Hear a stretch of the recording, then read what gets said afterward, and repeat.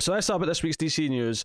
Nothing earth-shattering sort of on their own, but there's definitely enough little things. There's a whole batch here that I'm just going to call the cancellations and conversions to digital, and they're all kind of in separate articles, so I'll just kind of work through them here one by one. The biggest one, I think, that's probably the most disappointing for us personally, I know Matt's going to be upset about this, is the outright cancellation of the Kate Spencer Manhunter series, the mini-series that was coming up. Yep.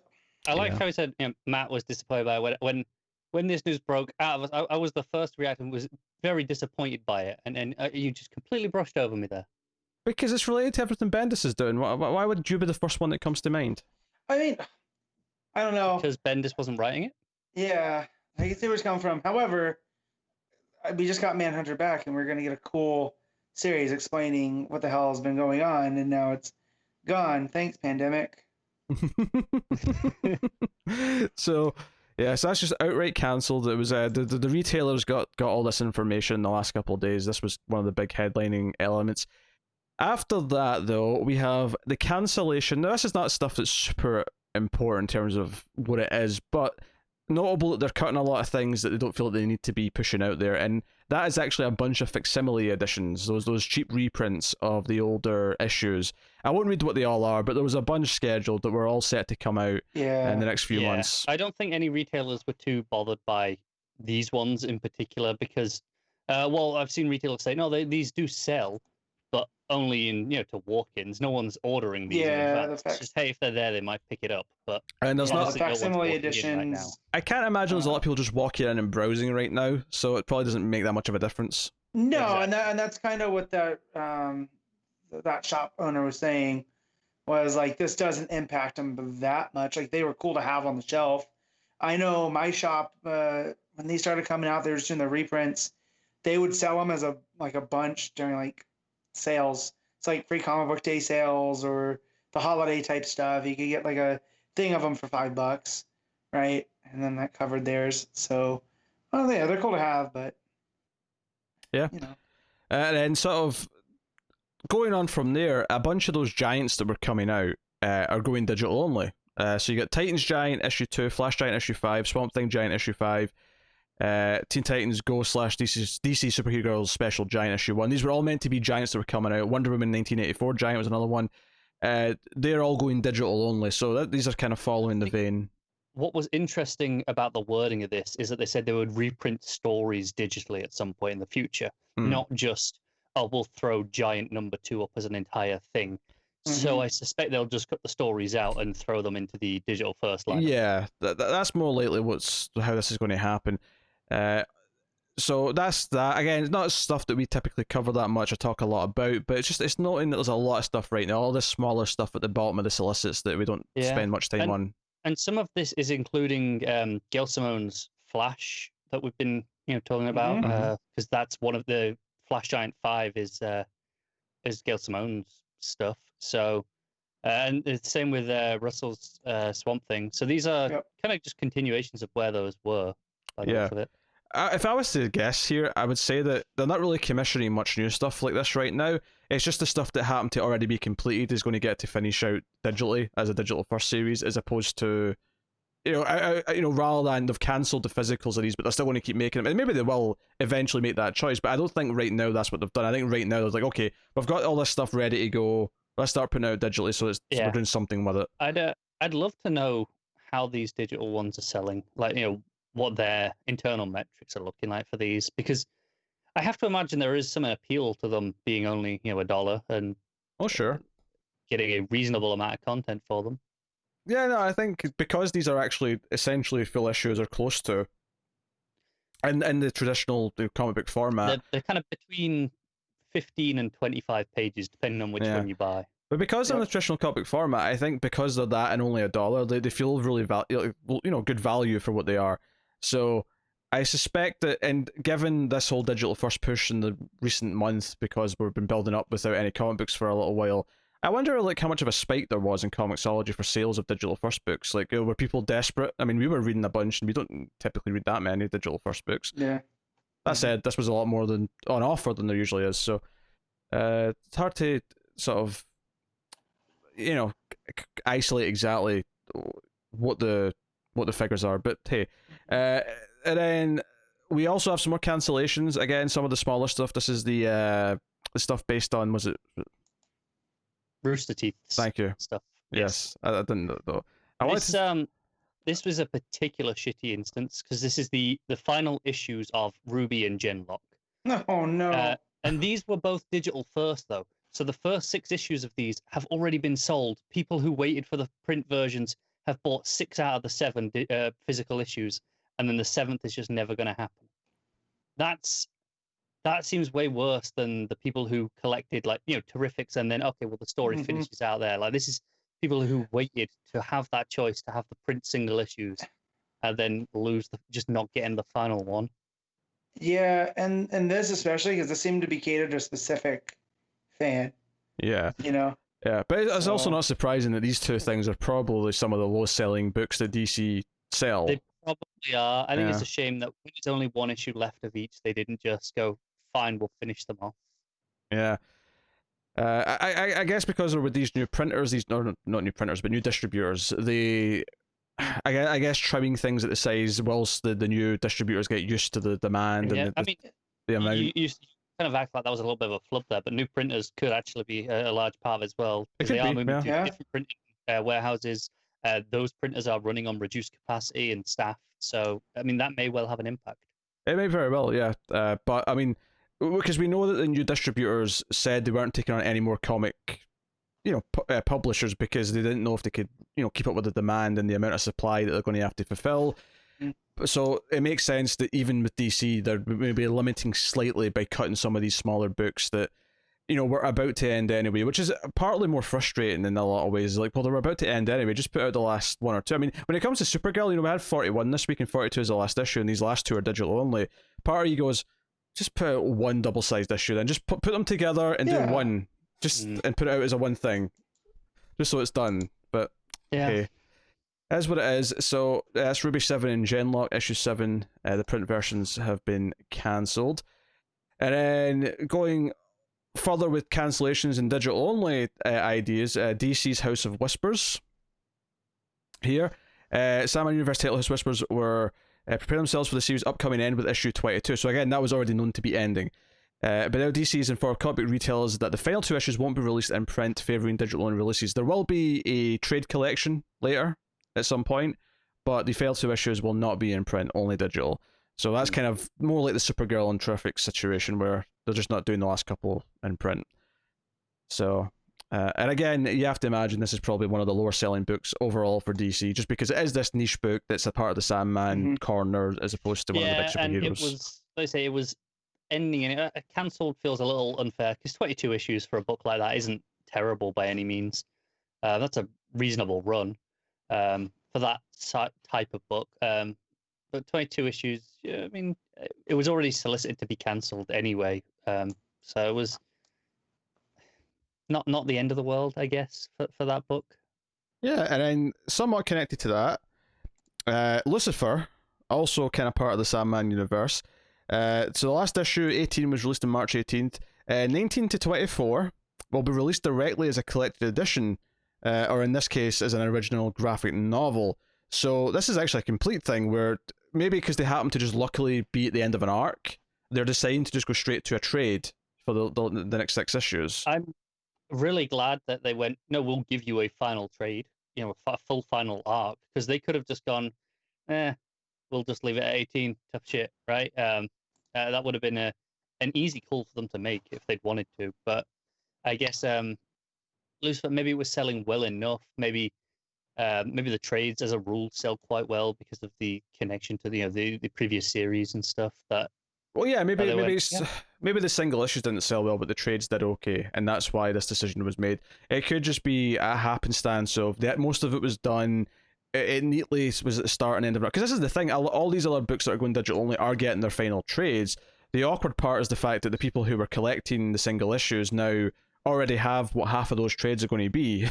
So it's got this weird overlap to it. Whereas this is more neat. This isn't so bad if you look at it as, oh, well, it's a trade of 19 to 24, and you're not getting those in single issues if you've been collecting so far. That feels a little weird. But if you think of it as it was an 18-issue series and then a graphic novel at the end, that's not completely unheard of to have a companion OGN with it's a easier series. it's easier to swallow. It feels neater than any of these other things. Again, a lot of this feels like, well, it's better than not having the things at all, which is, where I kind of come down on it. It just is obviously really messy that it is just these 1 or 2 last issues in most cases. But, well, there you go. That's Lucifer. So that's all of the cancellations and whatnot. Well, it just seems to me like they're going through their lowest selling and just culling them. Yeah. Like it's costing them more to print them and ship them, and than the shops are even. And I don't think everything's returnable, right? Most isn't. Sits, yeah. So it just sits there, and like it kind of sucks because like I'd love my issues, right? So, but at the same time, it's only reinforcing like, hey, maybe you don't need to read as many physical books. Like I want to support my shop, but if they're only carrying the big titles, it's easier just to get the smaller ones on digital. And sometimes you want to support the smaller ones more because they are the smaller books. Yeah, right. And they need your help more. But so, and then the next thing here is, this article I've actually got up is DC blaming Diamond for this, but the main part of the story here is that there was more books that were delayed at the Diamond level in terms of books that were supposed to be coming out on certain dates and get pushed back a little bit. Most of them are trades, admittedly, but there is a few major single issues that are here. Aquaman 59 being a major one, which we're talking about this week, but Diamond aren't actually getting it out to stores apparently until June 2nd, next week. Yeah, I think there was a Flash issue. Flash 754, which again also this week. And then Batman The Outsiders number 12, which we already talked about, I'm sure, just came out this week from Diamond, where obviously it was supposed to be May 20th with all the other DC books that were catching up from the because there was a whole slate of things on May 20th that were pushed to this week instead. I think we spoke about that last week briefly. Yeah. And then a bunch of trades, which I won't get into, but there was about 5 or 6 trades that were pushed as well, from June 2nd to 9th, pretty much all of them, barring one, which was meant to be June 9th anyway, so I don't even know why it's this in the list. Why is it there? It didn't get delayed, technically, so, but whatever. Anyway, so, yeah, they're all obviously all the books are available digitally, and they're available at stores who are getting them, I think, from other sources, from the other distributors. They are, although I know with regards to Aquaman, DC actually asked the other distributors to pass along a note to the retailer saying, hey, don't sell this one until next week, even though they put it out on Comixology for this week. They did, which is why we're talking about it, because that's where I read it. They put it out on Comixology, so this is the release date. Yeah. But because Diamond messed up, DC were like, hey, guys, do you guys mind not selling it till next week either? And stores have basically just not listened. Yeah, they actually didn't say anything more in depth. They just said that DC has put out an official statement to retailers saying that Diamond is responsible for the issues and delays. And that's it. It was just really point blank. And it almost feels... This is the worst breakup happening in public. I kind of love it. Do you know what it feels like? It feels like now they don't have to rely on them. DC aren't pulling punches. They're just going to be blunt. Yeah. Yeah, I was reading an article on Newsarama the other day about... they were interviewing Steve Geppi, who's the owner of Diamond, about why should Diamond be the primary distributor in 2020 given this scenario. And he was like, well, if you go back 25 years before us, it was a mess. We've provided so much consistency.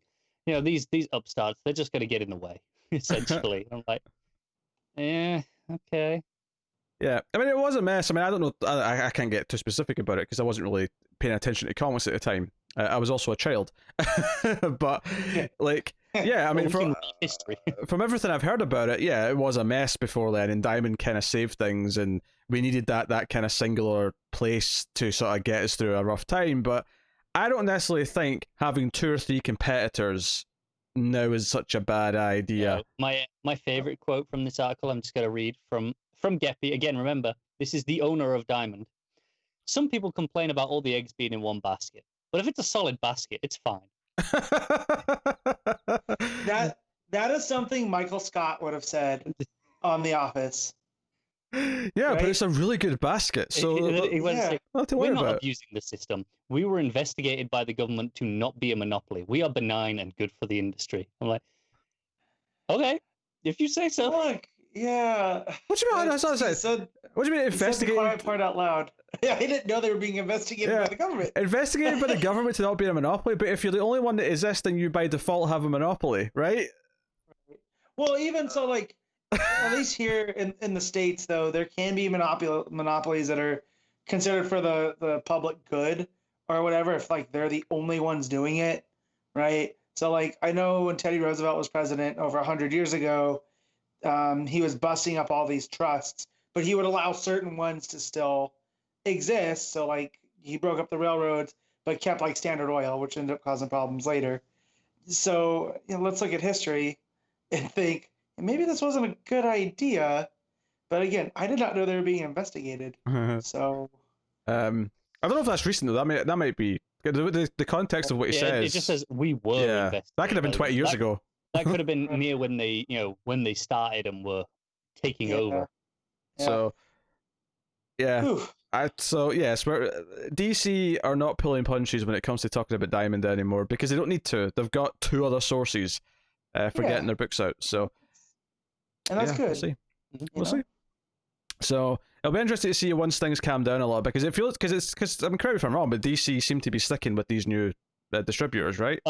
At least until the end of August. We don't know after that. Yeah, but I remember saying the exact same last month. We know they're with them till the end of July, but we don't know anything after that. But here we are again. We've got another month. It's very true. So it could just be next time we get solicits. Oh, it's still on Tuesday. I guess they're still with these new people because Diamond don't do Tuesdays.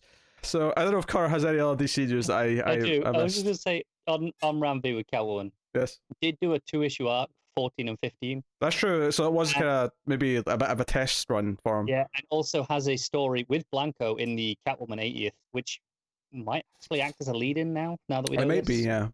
That makes sense. Which obviously, we'll tell you at the end what's coming next week, but that's one of the things that's coming next week. We got the Catwoman special. So I've got a couple of other little bits. One is interesting. DC are getting into webcomics. I don't know if either of you saw this. They it's really short. It's like a 10-panel story, but they say they're going to do more of these, and it'll be like an ongoing thing. But this was on Instagram. It's Instagram exclusive, a Batman webcomic from Tynan, and it's a punchline thing leading into the next issue of Batman. Yeah, I'll tell you right now, DC, I ain't reading no Instagram exclusives. You're just going to have to count that as irrelevant. That's cool. Get that younger generation. Like, I have an Instagram, but I am never on it. So I saw this, and I was like, because it was linked to my Facebook. Yeah, and so, yeah, man, this is, at least I know that if I wanted to read it, it will always be there. For now, so. Well, until the social media wars of the 2030s happen, and then Instagram gets taken down. Yeah. So, yeah, there you go. That's that is. This is from the site that we don't usually like, but and they're not listing where they're sourcing this information, but it's all about the Shazam solicits being shuffled around. Mm-hmm. So Shazam 12, which is out next week, has a whole new solicit.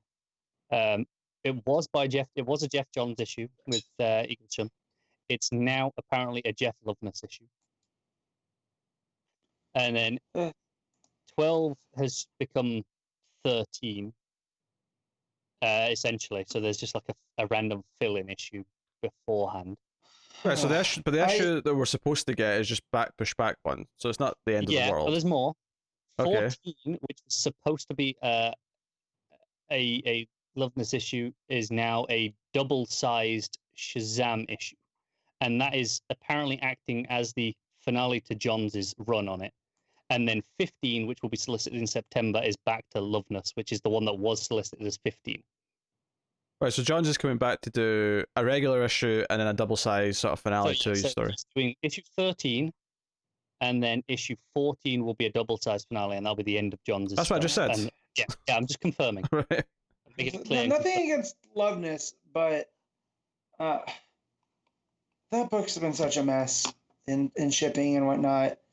I feel like it's kind of tainted the Shazam. Like, I don't want to say IP, because it really hasn't, but... Yeah, that's a bit extreme, Matt. It's tainted the entire Shazam.